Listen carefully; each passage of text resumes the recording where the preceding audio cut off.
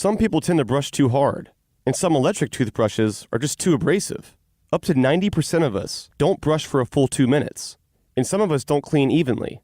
That's why Quip has built-in 2-minute timer pulses, which pulse every 30 seconds to take the mystery out of how long you should brush. I love Quip because it's compact, simple, and effective, and also why over 1 million happy, healthy mouths do too. Quip starts at just $25, and right now, if you go to getquip.com/Zodiac, you'll get your first refill pack for free with a Quip electric toothbrush at getquip.com/Zodiac. This call is subject to monitoring, recording, and identification of the location of the person being called. To accept charges, press 1. Thank you for using Securus. You may start the conversation now. One of my attorneys, Lynn Watley, received a package on his doorstep. It was an anonymous package. He opened the package and found out that it contained hundreds of GBI files about a classified investigation that the agency had been doing into white supremacist involvement in the Atlanta killings. It also contained, to our surprise, several tape-recorded confessions. Some of the Klansmen admitted that they were involved in the murder of some of the Michigan murder cases. In Atlanta, another body was discovered today, the 23rd. At Police Task Force headquarters, there are 27 faces on the wall, 26 murdered, 1 missing. We do not know the person or persons that are responsible, therefore we do not have the motive. From Tenderfoot TV and How Stuff Works in Atlanta. Like 11 other recent victims in Atlanta, Rogers apparently was asphyxiated. Atlanta is unlikely to catch the killer unless he keeps on killing. This is Atlanta Monster.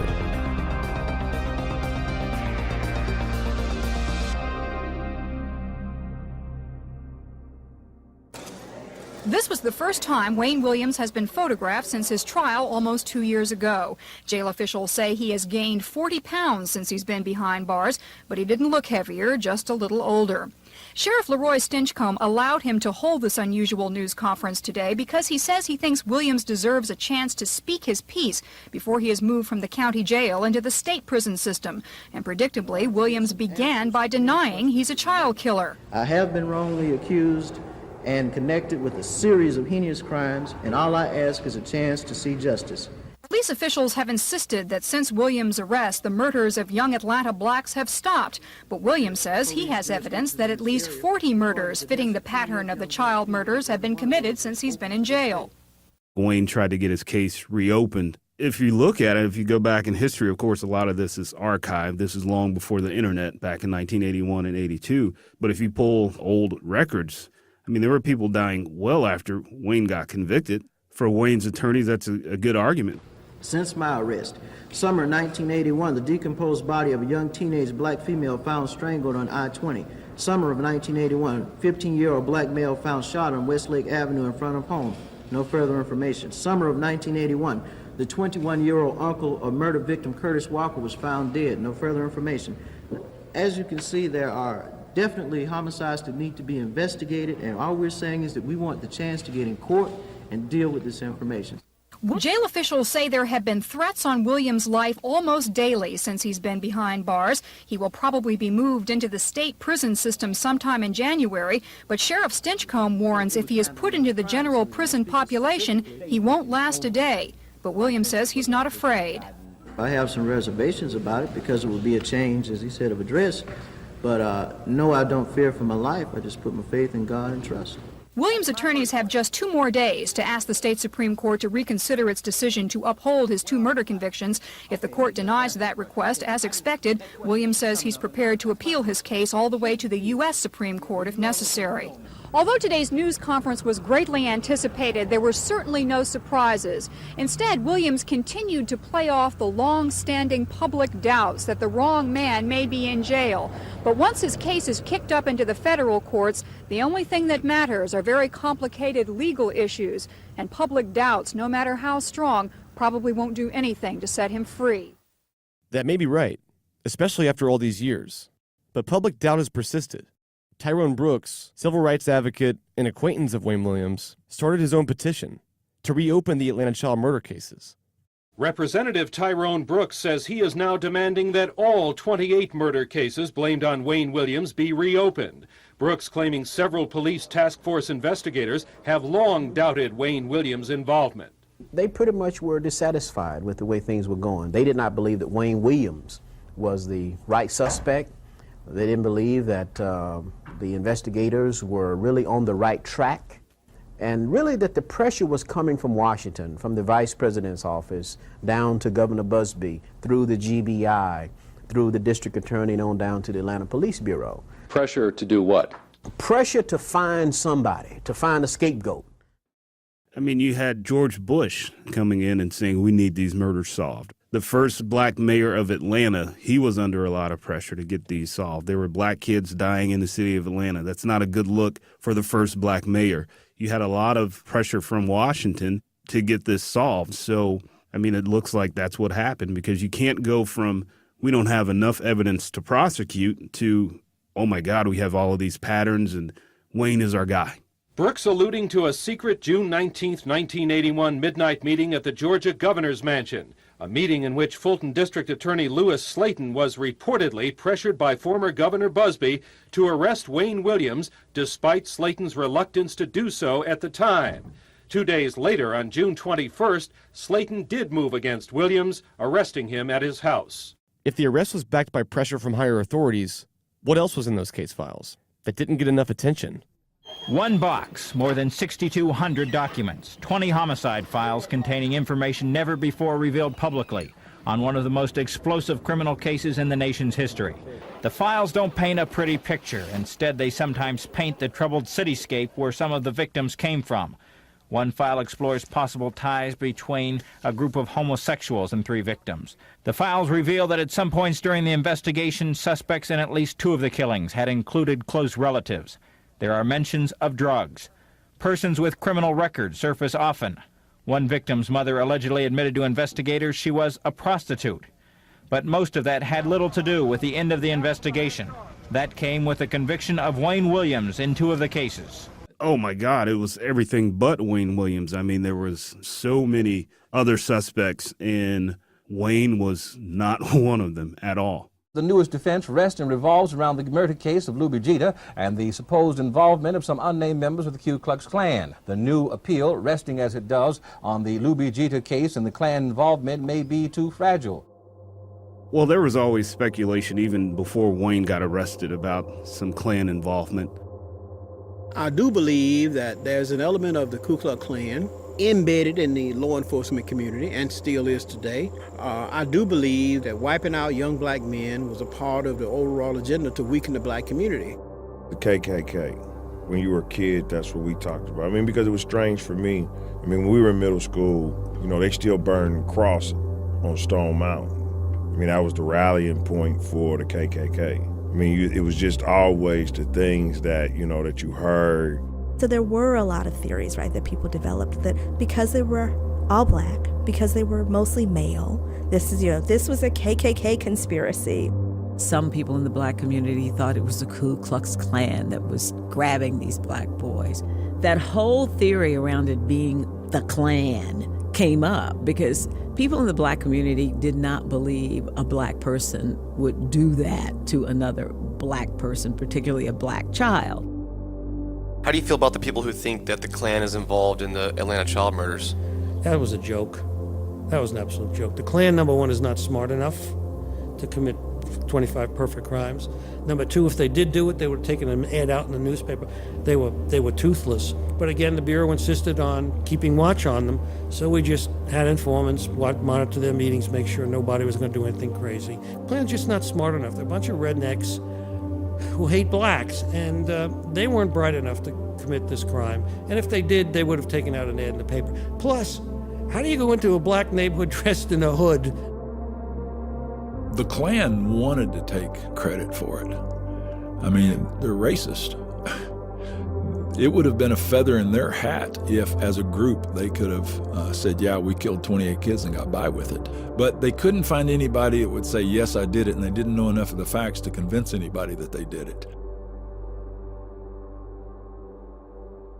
There was a guy named Charles Sanders who was known to be a Klan member. I think his brother or uncle was pretty high up in the Klan at that time. And there was speculation, there was talks that he was the one that actually killed Luby Jeter. For years, selling things on streets and in shopping centers has been a prime way for children to earn extra money. 14-year-old Chuck Jeter was no exception. We didn't see any pattern. We didn't see anything. And then January 3rd, after we came back, Luby Jeter happened. On January 3rd, he went to the Stewart Lakewood Mall in southeast Atlanta to sell cans of Zep Gel, a car deodorizer. Luby Jeter was 15 years old. He was selling Zep products at an outdoor mall down in southwest Atlanta. One Saturday afternoon, he disappeared. So they organized a search on the 9th of January. And I remember it was a cold, rainy Friday, and they told us, APD told us, it gave us various areas in the city, areas they thought that a body might be dumped. Investigators were literally beating the bushes looking for any trace of 14-year-old Chuck Jeter. Trained dogs sniffed the area around the mall today, but turned up nothing. This weekend, volunteer searchers will be on the lookout for Jeter, but police say so far they're stumped. The roll call was impressive. Officers from the SWAT team, the task force, the motorcycle squad were here. So were recruits who have yet seen much action. Even agents from both the federal and Georgia bureaus of investigation were helping out. This was the first ever massive search conducted by the Atlanta Police Bureau. The more than 200 officers would look for anything that could help find 14-year-old Luby Jeter. My partner and I were walking up and down the sides of that road trying to see if we could find any evidence with no hope of finding anything. And I looked down in the creek and I said, there's a pair of jeans. The creek was overflowing its banks. He held my arms while I leaned over into that creek. Found those jeans and Luby's school schedules in the back pocket of the pants. We took the pants and the belt, and one of the females in the family, I remember she identified the belt as being his, because he was in such a state of deterioration that identifying him was kind of hard. I remember driving out there. The agent that had his case assigned was Frank Pickens. Heck of a guy. He's still around. Hell of a man. And he came out of that woods with tears in his eyes. He was crying. Luby Jeter just broke my heart. Outstanding kid. I mean, just a phenomenal kid. Vandiver Road was still blocked off this morning. Only a few people could venture near the site where Jeter's body was found. Dozens of Atlanta police and FBI agents gathered at the site. The discovery of Jeter's body here now lends weight to the theory that one person could be responsible for several of the murders. The way Jeter died by strangulation fits into a pattern. 3 of Atlanta's other murdered children died the same way. 2 others died by suffocation. His discovery yesterday fits into another pattern, location. Within the last year and a half, 6 children, black males between the ages of 7 and 15, have all been found within a 5-mile radius. Either the pattern doesn't exist, there is no pattern, or we got a much bigger problem. There was an independent witness that said, this guy, Charles Sanders, said he killed Luby Jeter. What is your evidence to say Wayne killed Luby Jeter? They have none. Wayne Williams is being represented in this hearing for a new trial by his former attorney, Lynn Whatley, and 2 of this country's most prominent attorneys, Bobby Lee Cook of Summerville, Georgia, and William Kunstler of New York. We were in habeas corpus court in Butts County. The defense is trying to show that the police were investigating that the Ku Klux Klan may have been responsible for some of the child murders, but that file was never turned over to help with Williams's defense. Apparently what we found out after we got into habeas corpus court and deep source within the GBI was that they had a confidential informant. I believe his name was Whitaker. The first witness today, Billy Joe Whitaker, says he worked as a police informant during the missing and murdered investigation. Whitaker says he told police detectives that a Klansman from Mountain View, Charles Sanders, told Whitaker he killed one of the child victims, Luby Jeter. And we were able to contact Whitaker, and he did appear in court and testified under oath for us, stating that one of the families, I believe they were Mountain View called the Sanders families, was indeed responsible for that. Well, I told him that I believe Charles Sanders, the Ku Klux Klan, killed this one kid named Jeter. Bobby Lee Cook and William Kunstler say they have a letter from Atlanta Police Major Herman Greiner that calls Sanders, the Klansman, the prime suspect in the murders 4 months before Wayne Williams was arrested and charged with 2 of the murders. In 1991, Wayne's attorneys called for a court hearing, where police informant Billy Joe Whitaker testified for Wayne Williams. This man, Billy Joe Whitaker, was in jail during the early 80s, but when he heard that Luby Jeter had become one of the victims, he contacted the Georgia Bureau of Investigation. Whitaker stated that a man named Charles Sanders made threats against Luby Jeter's life. Whitaker claimed he wore recording equipment, went to Sanders' home, and got him to admit to the child's murder. If that was true, then Wayne Williams was not responsible for Luby Jeter's death. It definitely makes you question, okay, first, not enough evidence to convict Wayne. Now there's these tapes from this Klans member, which is mind-boggling. And I've actually heard the wiretap recordings and all, and they talk about openly and brazenly about, say, yes, I killed a little black bee, yes, I'm going to blank, blank, blank with him and all. We went to court trying to get this in, but however, the court in Butts County blocked us from using it, and they put the tape recordings under seal in our Judge Craig's court. And we attempted to bring this up in federal habeas corpus court, and that was where the issue started, the appeal. So we've been trying for decades to get this information out because the GBI did not want it out because they issued in one of the documents a statement saying that they were afraid that public releasing this information would start a race war in Atlanta. Assistant Fulton County District Attorney Joe Drolet prosecuted Wayne Williams. He says he was never told about the Klan file. Do you think you should have known about it? Not particularly. It wasn't relevant at the time. The GBI had it. The police department had it. 2 prosecutors had it. 2 judges had it. If Lewis Slayton didn't have it, it means he didn't want it. After Whitaker testified, Williams was still not granted a retrial. The strangest part is that now, the tapes are nowhere to be found. So this was information that the GBI had, but like I said, they kept it suppressed because they were too busy worrying about a racial war instead of trying to solve the killings in Atlanta.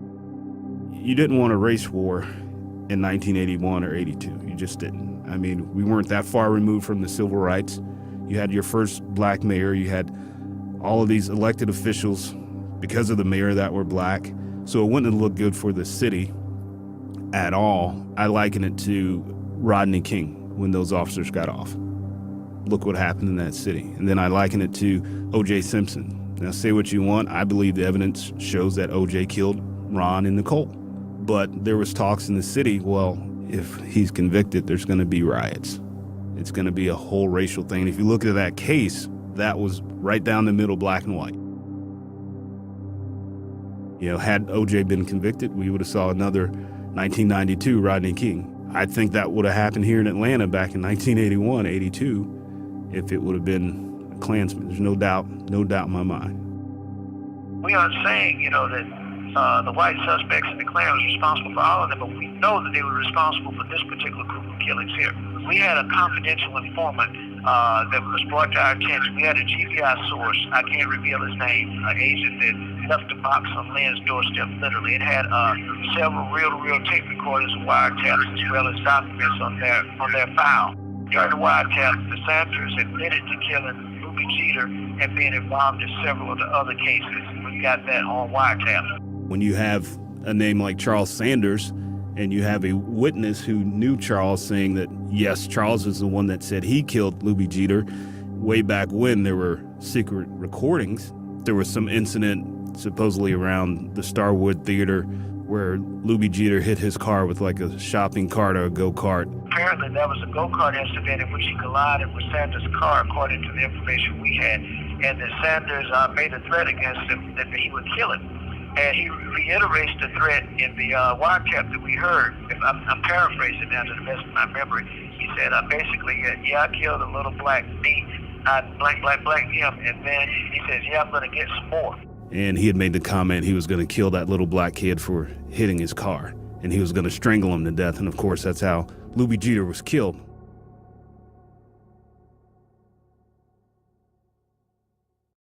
Robinhood is an investing app that lets you buy and sell stocks, ETFs, options, and cryptos, all commission-free. They strive to make financial services work for everyone, not just the wealthy. Robinhood is a non-intimidating way for stock market newcomers to invest for the first time with true confidence. Robinhood is simple and intuitive. It has a very clear design, with all the data presented in a very digestible way. Robinhood is not like other brokerages, which charge up to $10 for every trade. Robinhood charges nothing, so you can trade your stocks and keep all the profits. Robinhood uses charts and market data that's very easy to understand. The design is so efficient, you can place a trade in just 4 taps, all on your smartphone. And if you try Robinhood right now, they're giving our listeners a free stock like Apple or Ford or Sprint to help build your portfolio. Sign up today at zodiac.robinhood.com. Again, that's zodiac.robinhood.com. In 1986, Spin magazine published an article titled A Question of Justice. The article's authors, Barry Michael Cooper and Robert Keating, raised doubt about Wayne Williams' guilt and brought the idea of the KKK involvement to mainstream news. It was a hugely popular article, and really, it was the first time the Atlanta child murders KKK theory was given any legitimate credence by the media. It's from a publication, so of course people can argue that it was slanted, argue that it's fake news. That's the new term nowadays.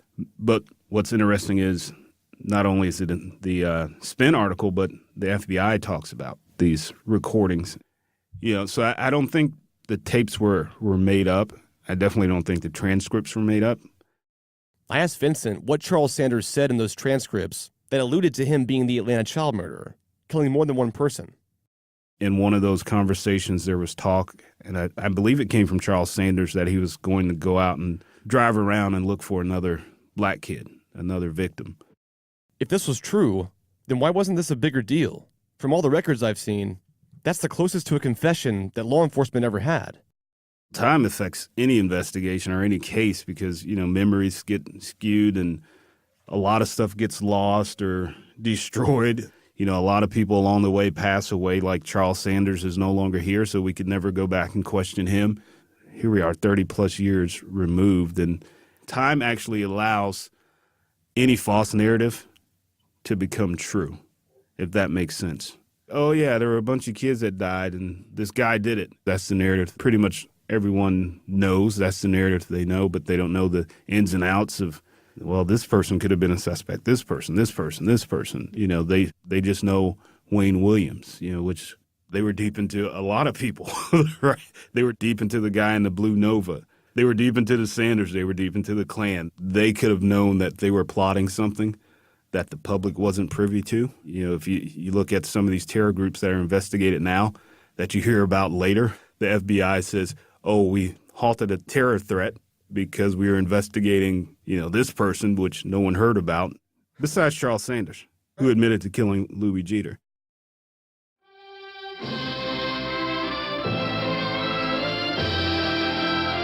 What started as a joke 100 years ago, when a group of men donned bedsheets for a romp, has over the years attracted to it persons charged with acts of harassment, intimidation, and violence throughout the South. Even though the nation has been outraged for many years, the Ku Klux Klan persists with its bizarre ritual and trappings. But 100 years is a long time for a joke. I talked to Felix Harcourt, author of the book Ku Klux Culture, for some more historical background on the KKK. The Ku Klux Klan effectively operates as a white supremacist terrorist organization, founded after the Civil War during what we commonly refer to as the Reconstruction period. It's founded in Pulaski, Tennessee, and it's not super popular to start with. It lies fairly fallow through the First World War. If you're looking at the Reconstruction Klan, they stand for white supremacy and the maintenance of white power. If you're looking at the Civil Rights era, they largely are standing for the same thing. If you're looking at the 20s, they achieve this much, much larger success in the 20s because they effectively diversify their hatreds. They say, hey, if you hate African Americans, we are there for you. But also, if you hate Catholics, we are there for you. If you hate Jewish immigrants, we are there for you. If you hate immigrants of all kinds, we are there for you. If you're worried about prohibition, we're there for you. By the time you get to the Klan of the late 70s, early 80s, the Klan is all in on immigration and are staging stunts on the Mexican border. So there is this fundamental racist tenet, and then these variations over time as to what draws people to the Klan and what people see the Klan standing for. To some extent, the Klan of the 80s sets the model for what we see with white supremacists now, particularly through what David Duke does. David Duke really comes out in the late 70s and tries to remake the public image of the Klan to some extent. And effectively what he tries to do is bureaucratize hate. It's a methodology that we're seeing being used to great effect by the alt-right now. And David Duke is really astute at using the media to get this message out, saying that there is a new Klan, whatever that may mean. And in doing so, effectively spearheads a Klan revival in the late 70s, early 80s. And this doesn't exist in a vacuum. There is a big upsweep in white supremacism in the late 70s, early 80s in the United States. And so you do see a very active and very visible white supremacist movement on the march by the early 80s. I will say that certainly that is a period when we are seeing a rise in Klan activity, and it's a period in which we are seeing an uptick in white supremacist activity more generally. All Klan members are white supremacists. Not all white supremacists are Klan members. And so we have always seen significant white supremacist activity that fundamentally is not linked to the Klan as an organization. Most of the anti-civil rights violence is being carried out not by Klan members, but by average white supremacists, if that's a term we can use. And to some extent, that's what we see today. The Klan as an organization is weak. It is diffuse. Still, there is no single Klan. There are all these individual organizations kind of battling for the title of who is the legitimate Klan, but they are part of a much broader tapestry of white supremacism that we can see operating very clearly, I think. White supremacists have always been ordinary people. That doesn't mean that we should normalize them. It means that we should look at ourselves and say, what is it that is giving cover to these people to exist within our society, and to exist very comfortably within that society? Just because they are dapper, right, that word that kept getting tagged to Richard Spencer, doesn't mean that they are not still subscribers to a hateful ideology of racism and white supremacism. The fact that the Klan is on the rise in the late 70s, early 80s, the fact that racial violence is on the rise, to the extent that congressional hearings are being held into anti-black violence at the time, and the fact that Atlanta holds this significant position within the history of the Klan makes it understandable why someone would link these child murders to Klan members. It is an entirely reasonable assumption to believe that white supremacist violence is touching your community in this way.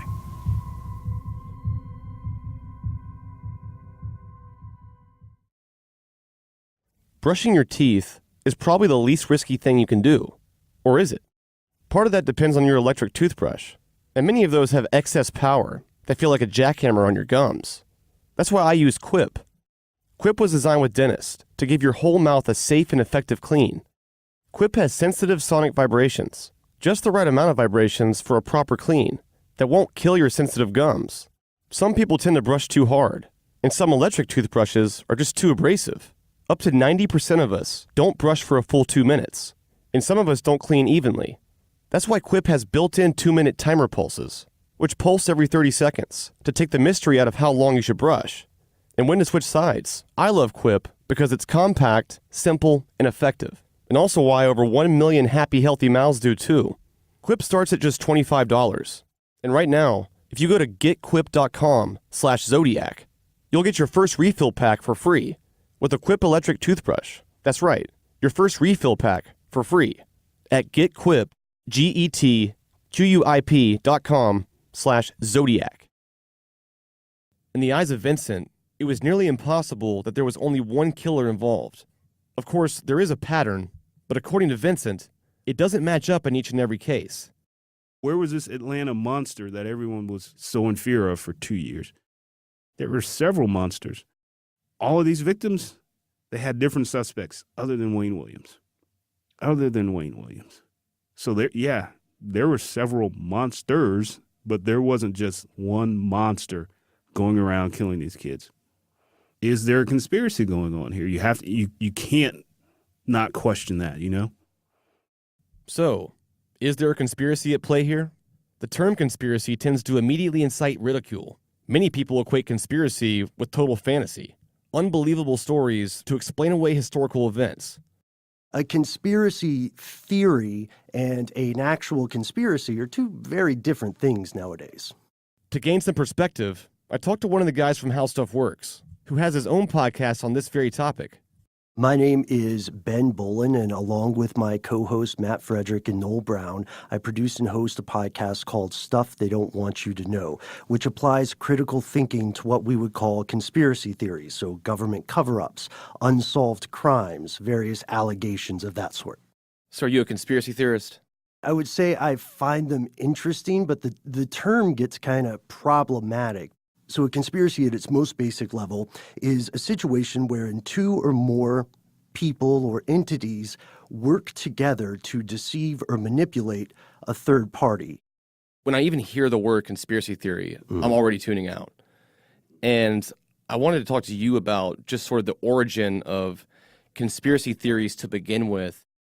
Obviously, there are some true ones, right? I mean, where did this all come from? So what tends to happen when people hear a phrase or a term, especially the phrase of the term conspiracy theory, is, as you said, you kind of shut out. And sort of the idea that, oh, okay, anything that happens after I hear this phrase is going to be utter hogwash.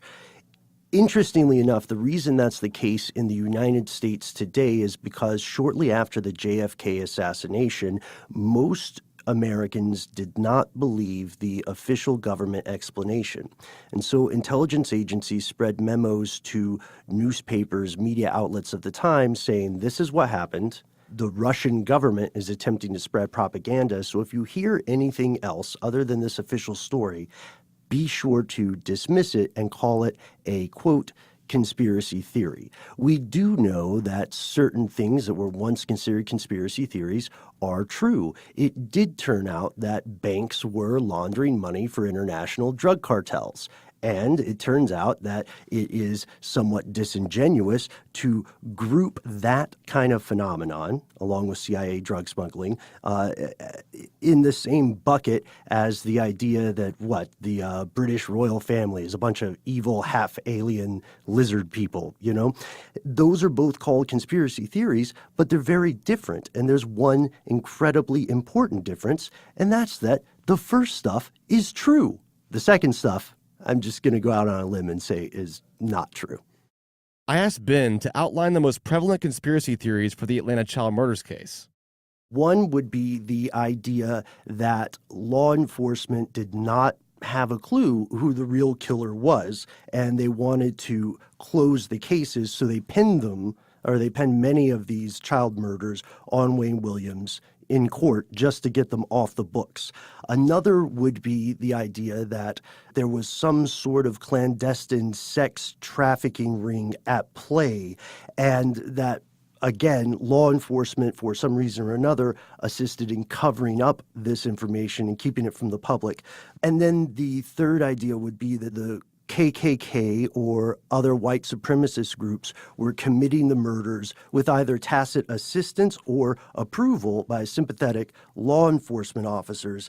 A great deal of it does come from the conversations relayed by Sanders. And in the excellent Spin article from the time, there's some top-notch journalistic investigation. They had one of the journalists who I think broke the first Spin story on crack cocaine, who was writing this and exploring this angle, and they had an informant named B.J. Jones that they thought was a solid guy, who came to them and said that there was proof that the KKK specifically, the Sanders, and possibly not just this individual, but members of his family or his close associates, were involved in these murders with the goal of killing one black child a month or something of that nature.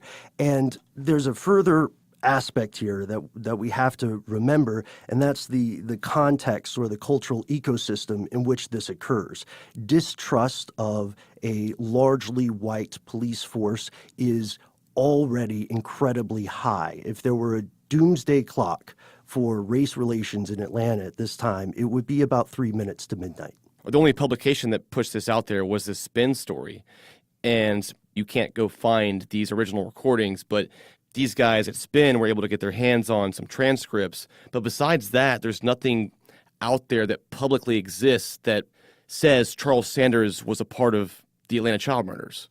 Yeah, and that's one of the frightening, tantalizing, and I would say at base frustrating things for anyone investigating this.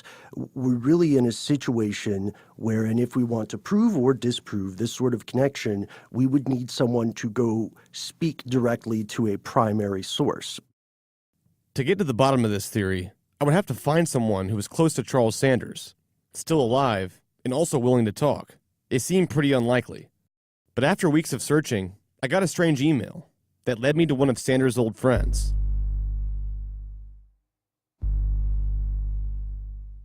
I don't want to tell anything because my wife right now is real nervous. We've been through this before. My name was put out there, and it was a scary ordeal. Family spent a few weeks in a hotel just out of being scared. And I don't know you from Adam. It's a story that I've held on to for a long time, that I've known about. I don't know how you want to go about this, Payne. You can always come here to the office that we have at Ponzi. I'd rather not. I first met him back in 1980. We would hang out and sit around and shoot the shit and drink beers and smoke pot and, after working hours and whatnot. Him and his brothers were in the KKK. When I met him up here in this sleepy little town I live in, he was not involved. He had gotten out. He was a nice guy, good old redneck, had a few teeth missing, had a beard and a small stature. And, you wouldn't think here in this little sleepy town anything different, that he was any kind of a monster. He certainly didn't act like it until he drank. And then he got the eyes of Charles Manson that would look right through you. It was scary. It was real scary. It scared all of us. But it wasn't that often. He stopped in one day with this copy of Spin magazine. He had that look in his eyes. He obviously had been drinking some hard liquor. He said, I got something for y'all to take a look at. And, we didn't have a clue what he was talking about. Pulled out the magazine and we started reading it. It was jaw-dropping. Somebody asked him if it's real, if the article was true. He told us it was. He said it was true. He told us about certain situations that where it was either the FBI or the ATF would come in and raid their house in the middle of the night and shake them down.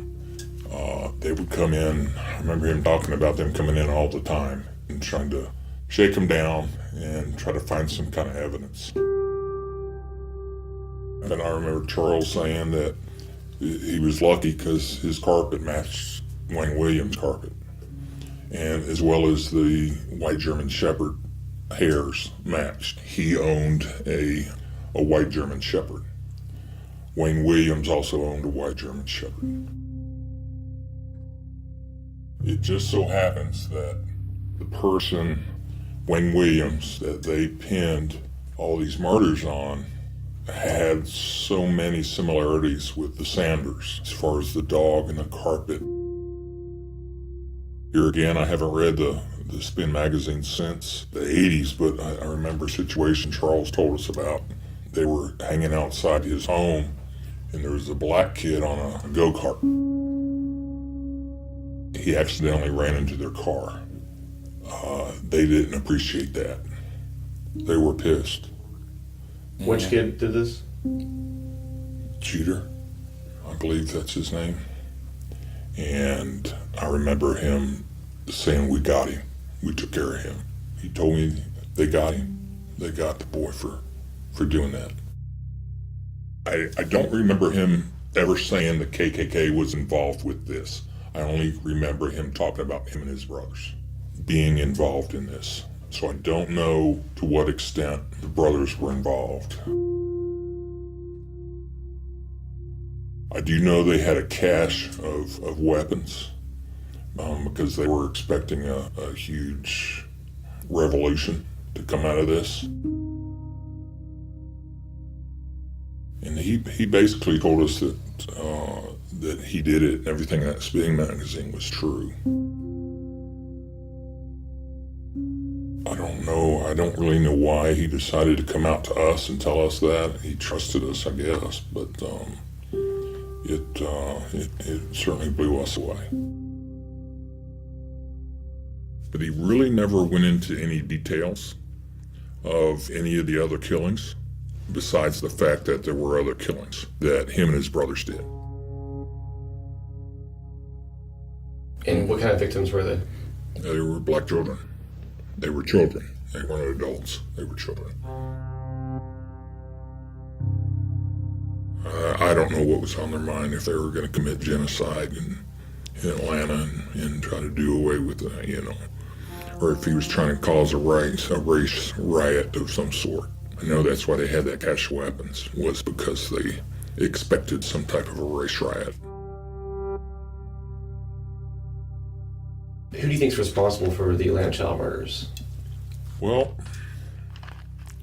I know who's responsible for some of them. And Wayne Williams may be responsible for some as well.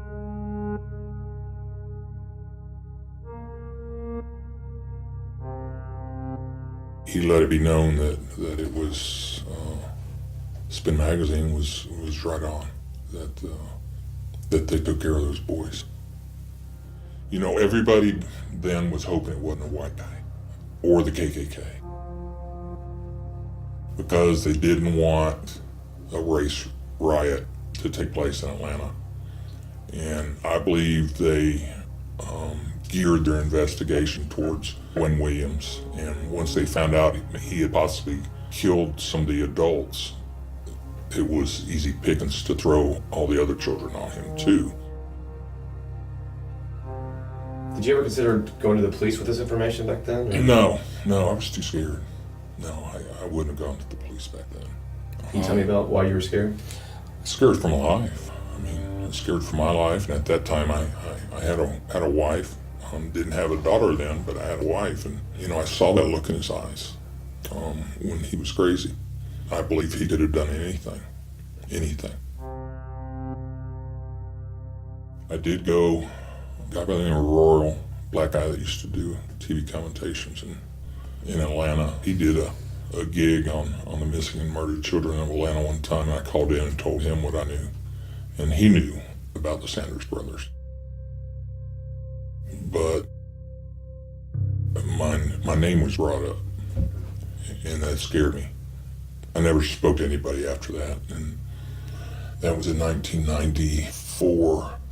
So once I found out that my name had brought up, we moved into a hotel for a couple weeks. Stay clear of anything. I believe not only was my name brought up, my town was brought up that I live in. So who did you fear in particular? Sanders brothers, and I don't know how many of them there are. There's like 4 or 5. You feared them? I feared them. More than anything else, I feared them.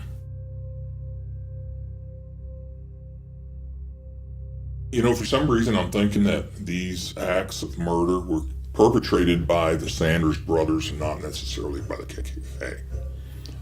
To my knowledge, there was no other members, there was no other people involved with the murders except the Sanders brothers. and them alone. I never heard him talking about the KKK being necessarily involved with the murders. It was always him and his brothers. You know, wrong's been done that needs to be righted. But I'm still leery of anybody who was involved with the Sanders. Obviously, I know what they can do. Once it was pinned on Wayne Williams, they were thrilled. That was their way out. It was being pinned on him, and that was their way out.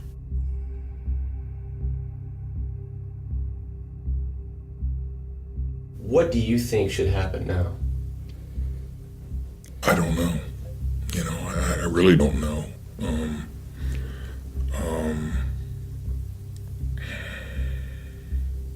I don't know. I don't know where it should go from here. I know that there were some wrongs that should probably be righted. Charles is dead. He's gone. His family's still suffering, you know. And there's families that think Wayne Williams did it, and there's others that think he didn't do it all. And I can tell you he didn't do it all. I know who killed those kids. And I'm sorry that I did not come forth sooner, but I felt my life was in danger as well. But justice has not been served. If it would have been my daughter, I would want the truth revealed. Can't change the past, but at least it would answer questions. You had children that were brutally murdered for no reason. Completely innocent children. And if indeed you think it was somebody other than Wayne Williams, you are most definitely correct. You know, anybody out there who thinks that Wayne Williams didn't do all this by himself is correct. This wasn't all on him.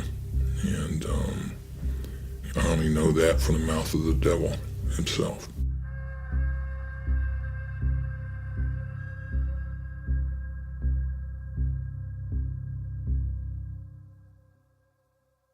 Next time on Atlanta Monster. The Clayton County woman and her husband were driving on this narrow cemetery road when they saw a green car coming straight at them at a high rate of speed. The driver was tall, and he's light-colored, a light-colored black man, and he had on a wig. I know it was a wig because he was losing it because there was a child in the front struggling. He was struggling with that child. You're sure you saw a child in the car? Yes, I saw it because it was just back and forth like that, and it like that was trying to hang on to that child. It was a boy between the ages of about 10 and 12, and he had a short haircut. You think you could identify these two men? Yes, and the one with the wig had on glasses. I could identify him.